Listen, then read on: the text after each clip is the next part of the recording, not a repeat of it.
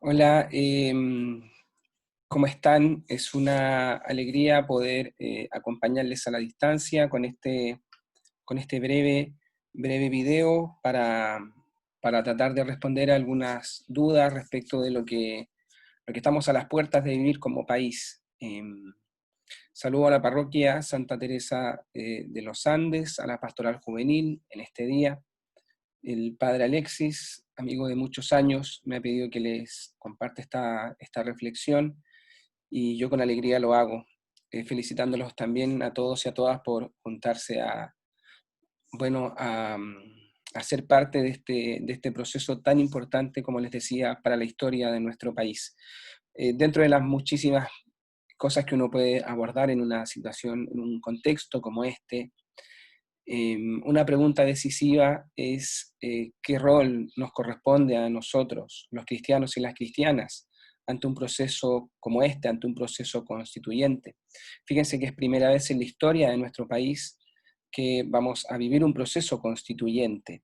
Se han escrito en la historia de nuestro país 10 constituciones, o textos afines también se les dice, pero digamos 10 constituciones. 6 veces han sido escritas por una comisión especial, un grupo de expertos que se encarga exclusivamente de redactar la Constitución y después esa Constitución se presenta al país. Otras 4 veces ha sido redactada por el Congreso. Ahí están las 10. Nunca antes se nos había preguntado a los chilenos y a las chilenas si queríamos una nueva Constitución, y no solo eso, sino quién queremos que la redacte, qué tipo de organismo. Ustedes saben las opciones ya, ¿no?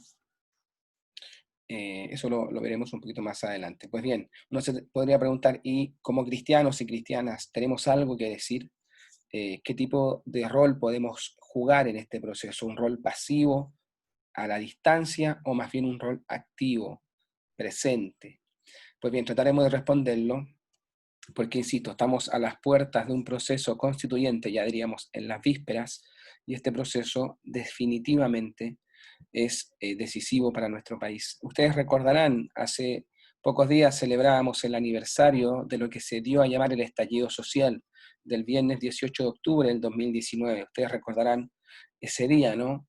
Todo comenzó con evasiones en el metro, motivadas principalmente por el descontento ciudadano por el alza del pasaje en el metro. Comenzó con lo que diríamos una iniciativa de estudiantes escolares, y después se convirtió en todo un movimiento social.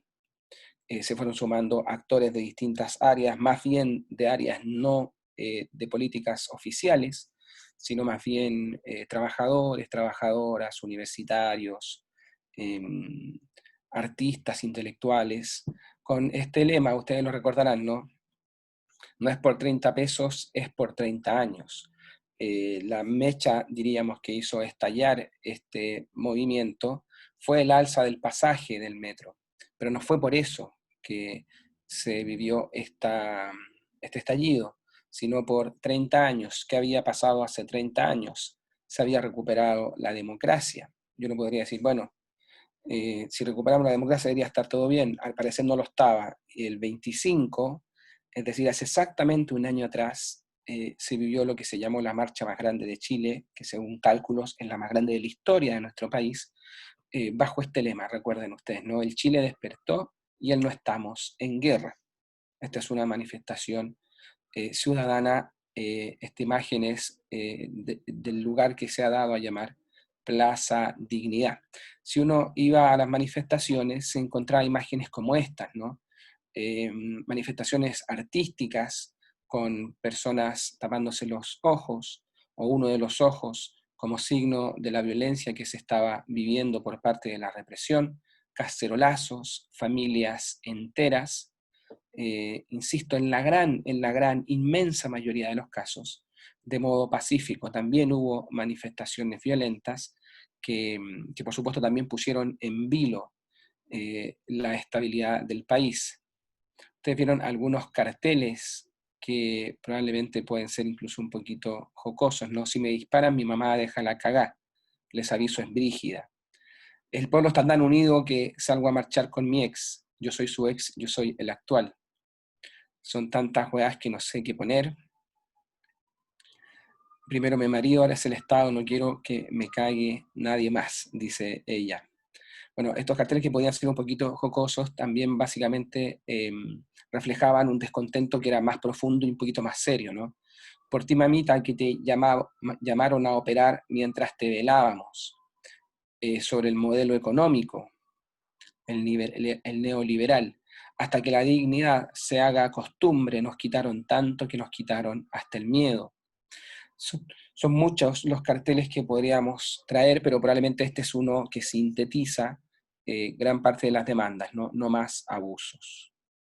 El tema del abuso institucionalizado, producto de políticas económicas, eh, es uno de los grandes hilos conductores de las manifestaciones. Problemas de gente endeudada, estudiantes que han tenido que pagar 2, 3 veces las carreras que han estudiado, problemas de acceso a la salud, de acceso a la vivienda, problemas de endeudamiento, etcétera, etcétera, etcétera. En el fondo, podríamos decir un sistema abusivo que colapsó y colapsó en un estallido. Puede colapsar de muchas maneras un sistema, pero colapsó con manifestaciones populares, insisto, que se pueden distinguir de las manifestaciones violentas y que a casi un mes de haber comenzado el estallido social llevaron a los políticos oficiales a una medida sin precedentes en la historia de nuestro país. Si ustedes recuerdan, en la noche del 15, la madrugada del 16, la noche del 15 de noviembre del 2019, se reúnen políticos de prácticamente todo el espectro de la línea de expresión política, diríamos desde la UDI hasta el Frente Amplio, no alcanzó a llegar hasta el Partido Comunista esa participación, se unieron y establecieron lo que se llamó el Acuerdo por la Paz y la Nueva Constitución. El 15 de noviembre, que ha dado a luz lo que estamos a punto de vivir, un proceso constituyente, un plebiscito nacional. Fíjense que fue tan decisivo lo que se refirió esa noche que tuvo que incorporarse a la Constitución una serie de artículos en el capítulo 15, es decir, se tuvo que incorporar en la Constitución, porque no estaba establecida en la Constitución, en el capítulo 15, que es el capítulo de las reformas constitucionales, el tema de un posible plebiscito para cambiar la Constitución. La única forma de cambiar la Constitución era reformarla, y las reformas tenían que ver con quórums que estaban establecidos desde que la Constitución existe. Un plebiscito para cambiarla no existía, tuvo que, por la presión popular, establecerse un nuevo mecanismo, un plebiscito. Fíjense que nosotros hemos tenido muchas elecciones últimamente, cada cierto tiempo tenemos cada 4 años la elección presidencial, elecciones de parlamentarios, elecciones municipales, etc. Pero un plebiscito no hemos tenido uno desde el sí y el no, el año 88, donde se recupera la democracia. Fíjense lo grande que es el proceso que estamos viviendo. Y no solo eso, como les comentaba al comienzo, es primera vez en la historia de nuestro país que estamos a las puertas de vivir un plebiscito constituyente, ¿sí? Donde se te va a preguntar, ¿quieres una nueva constitución? Y de quererlo, ¿de qué forma te gustaría que se redactara? Y la pregunta es válida, digamos. Para algunos, y por eso la imagen así, eh, habrá razones de peso y fundamentadas para decir yo rechazo y quiero que la Constitución siga siendo la de 1980. Una Constitución nacida en dictadura, donde no hay Estado de Derecho porque no hay separación de poderes ni igualdad ante la ley. Para algunos esa Constitución en su origen es ilegítima, para otros podría ser legítima. Tendrán sus razones unos y otros. Algunos dirán rechazo y quiero que permanezca la nueva constitución. Otros dirán apruebo y dirán yo quiero una nueva constitución, ya no ilegítima, una constitución participativa, democrática. La pregunta sigue abierta, ¿no? Y naturalmente uno se hace la pregunta, ¿y los cristianos, las cristianas qué? ¿Qué rol nos corresponde? Nos corresponde un rol pasivo, a la distancia, diríamos, un rol activo, presente, participando activamente. Nos corresponderá ir a votar si tenemos ya la edad suficiente, ¿no? ¿Se puede participar en política siendo cristiano o siendo cristiana? ¿Se puede militar en un partido político siendo cristiano o siendo cristiana? Hablando siempre del mundo laico, ¿no? Bueno, vamos a dar la respuesta como spoiler inmediatamente. Sí, se puede y se debe. Es un compromiso que implica nuestra fe. Vamos a ver efectivamente cómo lo dice la enseñanza de la Iglesia, porque así nos podemos afirmar de una orientación sólida y no solo de nuestras opiniones. Fíjense lo que dice el Papa Francisco sobre la vida cristiana, sobre nuestra religión. Miren, nadie, dice el Papa, puede exigirnos que releguemos la religión a la intimidad secreta de las personas, sin influencia alguna en la vida social y nacional, sin preocuparnos por las instituciones de la sociedad civil, sin opinar sobre los acontecimientos que afectan a los ciudadanos. Nadie puede exigirnos, es decir, es nuestro derecho, digámoslo en positivo, es nuestro derecho participar en la vida social. A veces pensamos que la religión debe esconderse en la intimidad secreta de las personas. Intimidad secreta de las personas, es decir, vivir la religión solo dentro del templo, celebrando nuestras liturgias y sin salir de la sacristía. Y afuera vivir una vida social sin nuestros valores o nuestros principios cristianos. Si ustedes van a la Carta Universal, a la Declaración Universal de los Derechos del Hombre de diciembre de 1948, y van al artículo 18, lo pueden buscar ahora mismo quienes quieran, el artículo 18 declara el derecho de toda persona, el derecho a la libertad de pensamiento, libertad de conciencia y libertad de religión. Y en lo que se refiere a la libertad de religión dice poder celebrar la religión en lo público y en lo privado. Es un derecho humano. Es decir, nadie nos puede exigir que no vivamos nuestros derechos humanos. El derecho humano debe exigirse que se cumpla, no que no se cumpla. Entonces, como es un derecho humano, la libertad religiosa y el ejercicio público, no solo privado, público en la libertad religiosa, debemos nosotros poder efectivamente participar en la vida pública y tener influencia, como dice el Papa, en la vida social y nacional, preocuparnos por las instituciones de la sociedad civil y opinar sobre los acontecimientos que afectan a los ciudadanos. Cuando dice preocuparnos por las instituciones de la sociedad civil, aquí está definitivamente el tema constitucional. Si ustedes van a la Constitución está compuesta por 15 capítulos, de los cuales 13 están dedicados a organismos de la sociedad civil, a instituciones de la sociedad civil.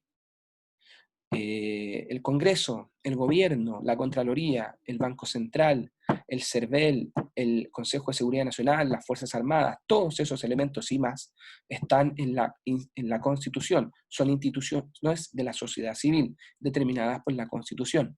Por lo tanto, tenemos que opinar, tenemos el derecho de hacerlo. Continúa el Papa. Una auténtica fe que nunca es cómoda e individualista, es decir, nunca se queda en lo seguro y escondida, siempre implica un profundo deseo de cambiar el mundo, de transmitir valores, de dejar algo mejor detrás del paso por nuestra tierra. Siempre implica el deseo de cambiar por un mundo mejor. El cambio es del espíritu muchas veces. Y termina el texto del Papa que les quiero compartir. No nos preocupemos solo de no caer en errores doctrinales, nos dice a los creyentes, sino también de ser fieles al camino del amor, la solidaridad y la justicia. Es deber nuestro siempre trabajar por el amor, la solidaridad y la justicia. Porque a los defensores de la ortodoxia se dirige a veces el reproche de pasividad e indulgencia o complicidad culpable respecto a situaciones de injusticia intolerables y a los regímenes políticos que las mantienen. Un cristiano o una cristiana no puede tolerar que haya regímenes injustos. No puede. No es tolerable por nosotros. No podemos permanecer pasivos. Debemos ser activos, transformadores de la sociedad en pos del bien común, la solidaridad y la justicia. Fíjense que providencialmente el Papa Francisco ha escrito una nueva encíclica y ha sido entregada en estos días para la fiesta de San Francisco de Asís, a comienzos de octubre. Se llama Fratelli Tutti, todos hermanos o hermanos, todos, sobre la fraternidad y la amistad social. Yo quisiera compartirles un par de textos para terminar, que están en esa encíclica y que a mí me parece que tienen mucho que ver con lo que estamos viviendo como país. Es como que el Papa nos hubiera regalado un texto para vivir de buena manera este proceso. Dice en el número 276, como María, la Madre de Jesús, queremos ser una iglesia que sirve, que sale de casa que sale de sus templos, que sale de sus sacristías para acompañar la vida, sostener la esperanza, ser signo de unidad, para tender puentes, romper muros, sembrar reconciliación. Fíjense, muchas veces generamos en nuestras iglesias una dinámica más bien de la tranquilidad, de quedarnos adentro. Fíjense que muchas veces, de hecho, invitamos a la gente que venga, vengan, vengan, vengan, pero salimos poco. Nosotros decimos vengan, vengan, y Jesús en el Evangelio le dice a los apóstoles vayan, vayan, vayan. Una iglesia que sale, y que sale de sus lugares de comodidad, de sus zonas de confort, diríamos. Sale de casa, sale de los templos, sale de las sacristías. A veces nos sentimos más cómodos ahí. Ahí nadie nos cuestiona, ahí no nos confrontamos con situaciones difíciles de experimentar, pero hay que salir de ahí.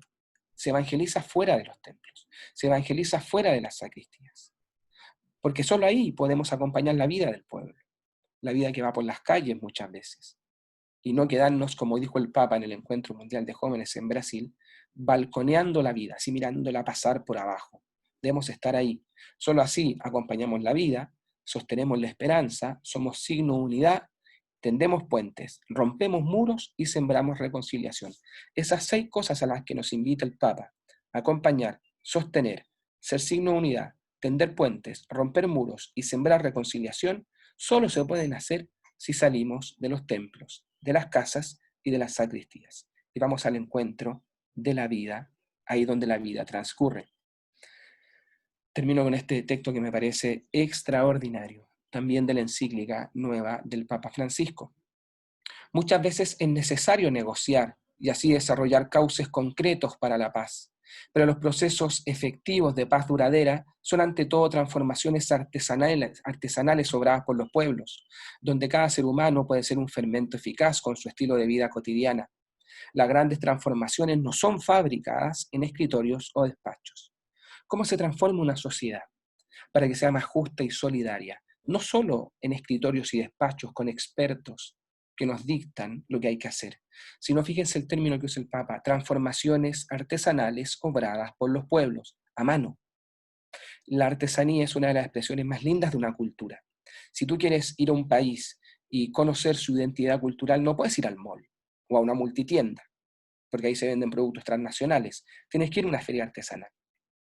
Y en las ferias artesanales o en los puestos de artesanías te vas a encontrar con una forma de tejer, una forma de hilar, una forma de construir con las manos que es propia de ese lugar.